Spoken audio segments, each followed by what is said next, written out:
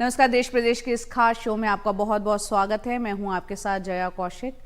दिल्ली में कल हिजबुल मुजाहिदीन के एक आतंकी जावेद अहमद मट्टू को गिरफ्तार कर लिया गया है। आपको बता दें, दिल्ली पुलिस की स्पेशल सेल ने ये कार्रवाई की। हिजबुल का कमांडर जावेद अहमद मट्टू जम्मू कश्मीर के सोपोर का रहने वाला है और उस पर 10 लाख रुपए का इनाम था।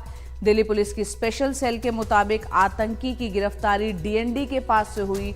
वो कुछ ही दिन पहले दिल्ली आया था और निजामुद्दीन इलाके में उसकी मूवमेंट थी। उसके पास से एक पिस्टल, एक मैगजीन और चोरी की गई कार बरामद की गई है। आतंकी जावेद मट्टू 5 ग्रेनेड हमलों और 5 पुलिसकर्मियों की हत्या में शामिल था।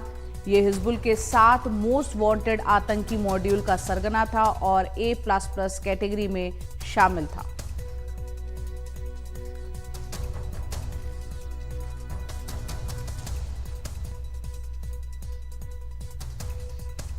तो 10 लाख का इनाम था मट्टू पर और आखिरकार उसको पकड़ लिया गया है। डीएनडी के पास से दिल्ली पुलिस की स्पेशल सेल ने उसको पकड़ा है।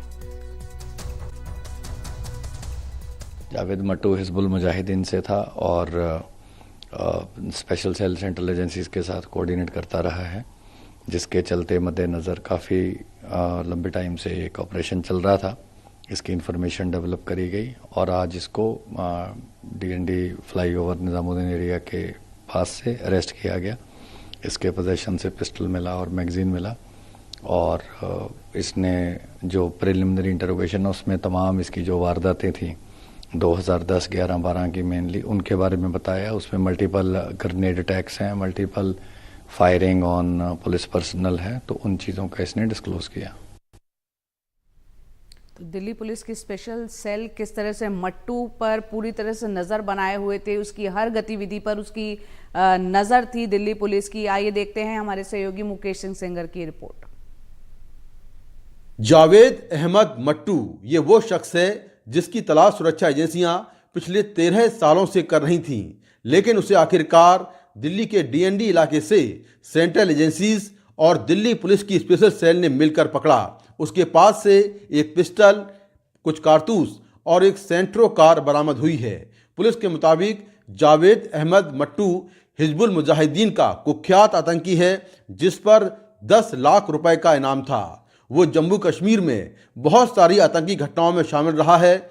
उसने 5 पुलिसकर्मियों की हत्याएं करवाई हैं। इसके साथ ही वो 5 बार ग्रेनेड से हमला कर चुका है और उसकी लगातार जो सुरक्षा एजेंसियां हैं वो तलाश कर रही थीं। पुलिस के मुताबिक दिल्ली में वो एक शख्स से हथियार लेने के लिए आया था और ये काम वो पाकिस्तान की खुफिया एजेंसी ISI के एक हैंडलर के कहने पर कर रहा था।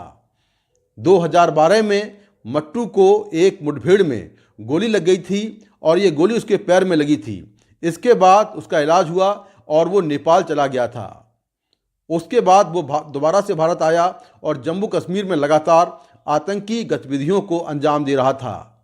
उसके जो साथी हैं, करीब 6 साथी हैं, जिसमें कुछ पाकिस्तान के हैं, कुछ POK के हैं, जो लगातार उसके साथ मिलकर उसके कहने पर आतंकी गतिविधियों को अंजाम दे रहे थे। तो दिल्ली पुलिस ने एक बड़ी कामयाबी हासिल की है कि जावेद अहमद मट्टू, जो कि जम्मू कश्मीर में A++ कैटेगरी का अकेला डेजिग्नेटेड आतंकवादी था, उसको गिरफ्तार कर लिया है। ये आतंकी 11 बड़ी घटनाओं में शामिल रहा है, जिसमें 5 पुलिसकर्मियों की हत्या है, दर्जनों पुलिस वाले उसके हमलों में घायल हुए हैं और 5 बार ये ग्रेनेड से भी हमला कर चुका है। नई दिल्ली से मुकेश सिंह सेंगर, NDTV इंडिया। और अब बात करते हैं हैंडओवर डॉन दाऊद इब्राहिम की, जिसकी 4 जमीनों की आज से नीलामी शुरू हो जाएगी। आपको ये भी बता दें, लेकिन अभी तक ये साफ नहीं हो पाया है कि कुल कितने लोगों ने नीलामी के लिए अपने नाम को रजिस्टर कराया है। हैरानी की बात यह है कि दाऊद के रत्नागिरी जिले के इन 4 खेतों की रिजर्व कीमत सिर्फ 19,21,000 रुपये रखी गई है। अंडरवर्ल्ड सरगना दाऊद इब्राहिम भले फरार है, लेकिन उसकी पुश्तैनी जमीन अब भी महाराष्ट्र के रत्नागिरी जिले के मुमके गांव में है। साफेमा यानी smugglers and foreign exchange manipulator act के तहत अब दाऊद के 4 खेतों की नीलामी रखी गई है, लेकिन सभी खेतों की जो कुल कीमत रिजर्व रखी गई है वो है मात्र 19,21,760 रुपए। बहुत ही हास्यास्पद बात है। सरकार को सोचना चाहिए, इतने छोटे रकम जो है 19 लाख तो दाऊद के लिए एकदम कुछ मायना नहीं रखता है। तो ऐसे उसको प्रॉपर्टी करके सरकार का पैसा वेस्ट करते हैं। लेकिन ये सब करने की ज़रूरत क्या है गवर्नमेंट को? गवर्नमेंट के पास पावर है उनके जितने भी प्रॉपर्टी है उसको ताबे में लेने के लिए। बालाकृष्णन वो शख्स हैं जो एक बार भिंडी बाजार में दाऊद के होटल रौनक अफरोज की बोली जीत चुके थे, लेकिन समय रहते वो पूरा पैसा जमा नहीं करा पाए थे। बालाकृष्णन का कहना है उन्होंने दाऊद की दहशत खत्म करने के लिए वो कदम उठाया था, अपनी जान भी जोखिम में डाली थी, लेकिन सरकार ने पैसा जमा करने के लिए समय बढ़ाकर नहीं दिया। मैं किसी भी हालत में 4 करोड़ रुपया कैसे भी करके, क्योंकि इतना सारे मुझे सपोर्ट मिला है, लोगों का जो गुडविल इतना था, सब लोग बोले हम आपको मदद करेंगे। लेकिन सिर्फ 3 हफ्ता मेरे साथ में था, बीच में क्रिसमस का भी छुट्टी था। मैं सरकार से रिक्वेस्ट किया कि सफ़ेमा एक्ट के तहत आप हमको एक्सटेंशन दे सकते हैं, आपके पास पावर है, मुझे सिर्फ 1 महीने की एडिशनल मोहलत आप दीजिए, मैं पूरा पैसा मैं आपको भरूंगा। लेकिन गवर्नमेंट तैयार नहीं था। यस बालाकृष्णन भले इस नीलामी को सिर्फ एक तमाशा मान रहे हैं, लेकिन दिल्ली के वकील अजय श्रीवास्तव इस बार भी नीलामी में हिस्सा लेने वाले हैं। अजय श्रीवास्तव इसके पहले मुंबई के गांव में दाऊद इब्राहिम की पुश्तैनी हवेली भी बोली में जीत चुके हैं। अजय श्रीवास्तव ने बताया कि वो उस हवेली में सनातन पाठशाला शुरू करने वाले हैं। मैंने सन 2020 में ऑक्शन में दाऊद इब्राहिम का जो बेंगलोर है रत्नागिरी वाला, वो ऑक्शन में लिया था।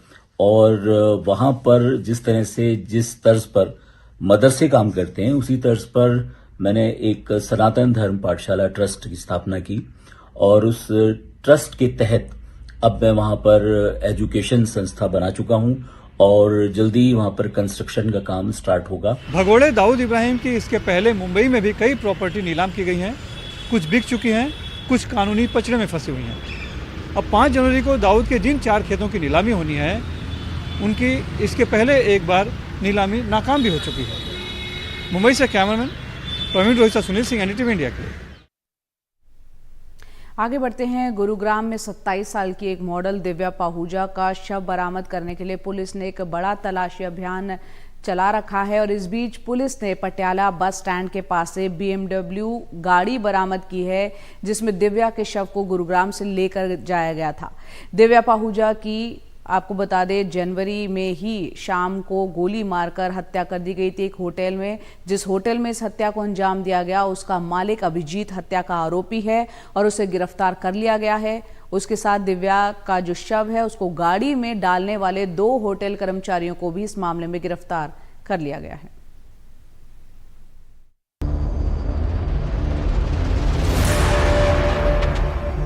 पुलिस दिव्या की लाश को ढूंढने में लगी है। दिव्या एक गैंगस्टर के फेक एनकाउंटर मामले में सजा काटकर पिछले साल ही जेल से रिहा हुई। पुलिस का कहना है कि आरोपी अभिजीत ने बताया है कि दिव्या उसे उसकी कुछ तस्वीरों के जरिए ब्लैकमेल कर रही थी, और अब तक लगभग 6 लाख रुपए वो दिव्या को दे चुका है। लेकिन जब दिव्या ने फोन से तस्वीरें डिलीट नहीं करने दी, तब उसने दिव्या के माथे पर गोली मार दी। लाश जिस BMW गाड़ी में लेकर आरोपी भागे थे, उसे पुलिस ने पटियाला बस स्टैंड से बरामद कर लिया है। लेकिन अब तक ना तो लाश मिली है और ना ही बाकी के 2 आरोपी। ये 2 तारीख की शाम को पुलिस को सूचना मिली थी कि किसी लड़की की लाश होटल सिटी पॉइंट जो कि बस स्टैंड के पास है वहाँ है। इसी सूचना पे पुलिस वहाँ पहुँची। जब वहाँ पे होटल के तलाशी ली गई और जो कैमरे देखे गए, उससे पता लगा कि एक लड़की की लाश को वहाँ से डिस्प्लेस किया गया 3 लोगों द्वारा, और उसको फिर BMW गाड़ी में डाला गया।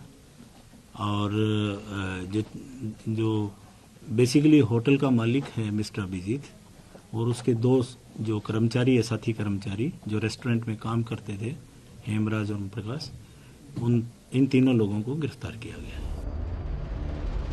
लाश के साथ BMW गाड़ी में फरार ह्यूज रवि और बलराज गिल की तलाश पुलिस कर रही है। बताया जा रहा है कि बलराज पेशे से वकील है।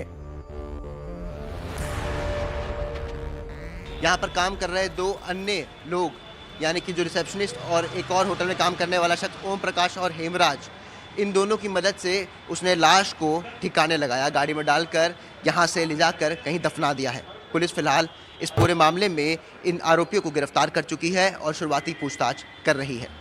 शुभांग सिंह ठाकुर, एनडीटीवी, गुड़गांव।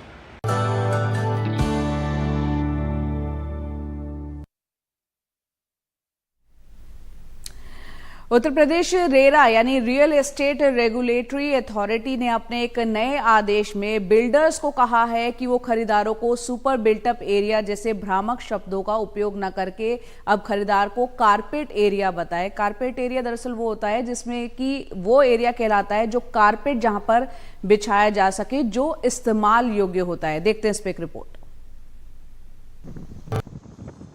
रेरा के आदेश ने नया मकान खरीदने की योजना बना रहे लोगों के मन में नई उम्मीदें जगा दी हैं। ये बहुत ही स्वागत योग्य कदम है और काफ़ी समय से हम लोग इसकी मांग कर रहे थे कि भाई एटलीस्ट ये डिफाइन हो कि जो जब हम घर खरीदते हैं तो हमें कितना एरिया मिल रहा है। अभी तक यही नहीं पता होता था क्योंकि अलग अलग बिल्डरों का सुपर एरिया के हिसाब से लोडिंग अपना अलग होता था। रेरा के आदेश से बिल्डरों और खरीदारों के बीच पारदर्शिता बढ़ने के आसार जताए जा रहे हैं। अब ग्राहक को उसके घर का सही साइज पता चलेगा। नियम बदलने के बाद कीमतों में बदलाव नहीं होगा। जानकारी छुपाने पर बिल्डर्स पर कार्रवाई होगी।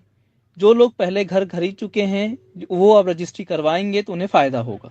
हम लोगों ने कह दिया है कि कॉमन एरिया को आप अपने कैलकुलेशंस में जो भी करना है कर ले, लेकिन अलॉटी को, होम बायर को आप साफ रूप से बताएंगे कि वो कितने कारपेट एरिया वो उनको बेचने जा रहे हैं और कारपेट एरिया कितना है जिसके ऊपर वो उनसे कीमत ले रहे हैं। लेकिन ये कैसे तय होगा कि सुपर एरिया में से कारपेट एरिया कितना हो? ऐसे निकलता है कारपेट एरिया 60+20+20 का फॉर्मूला। 2000 वर्ग फुट के फ्लैट में 60% यानी 1200 वर्ग फुट में आपका घर होगा। 400 वर्ग फुट यानी बालकनी, बाहरी दीवार, शाफ्ट के लिए, और 400 वर्ग फुट पार्क, जिम, पार्किंग जैसे कॉमन एरिया के लिए। देखिए, सबसे पहला जो इसका इम्पैक्ट आने वाला है वो आने वाला है कि बिल्डर को अब बायर्स को बताना पड़ेगा कि आपके फ्लैट का इंटरनल एरिया जो आप यूज में कर लाएंगे वो ये है जिसको हम कारपेट एरिया बोलते हैं, जो रेरा के अंदर डिफाइंड है। तो ये एक्चुअल एरिया के बेसिस पे ही अब आपसे चार्ज किया जा सकता है। और अब जो रजिस्ट्रियां भी होंगी वो भी, जो स्टैम्प ड्यूटी हम पे करते हैं वो भी एक्चुअल एरिया जो फ्लैट का किसी को मिलेगा उसके बेसिस पे ही वो उसको गवर्नमेंट को पे करना पड़ेगा। लेकिन क्या इस आदेश के बाद बिल्डर अपना नुकसान करेगा?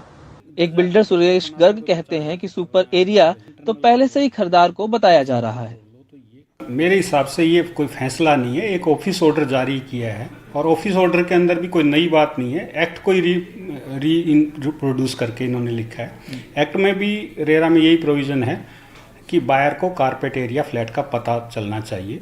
बदलाव खाली वहाँ पे आएगा जहाँ अगर बिल्डर कारपेट एरिया डिक्लेयर नहीं कर रहा था तो वो अब कारपेट एरिया शायद डिक्लेयर करना शुरू करेगा। लेकिन मेरे को नहीं लगता कि कोई भी बिल्डर बगैर कारपेट एरिया डिक्लेयर किए रेरा आने के बाद अभी तक सेल करता होगा।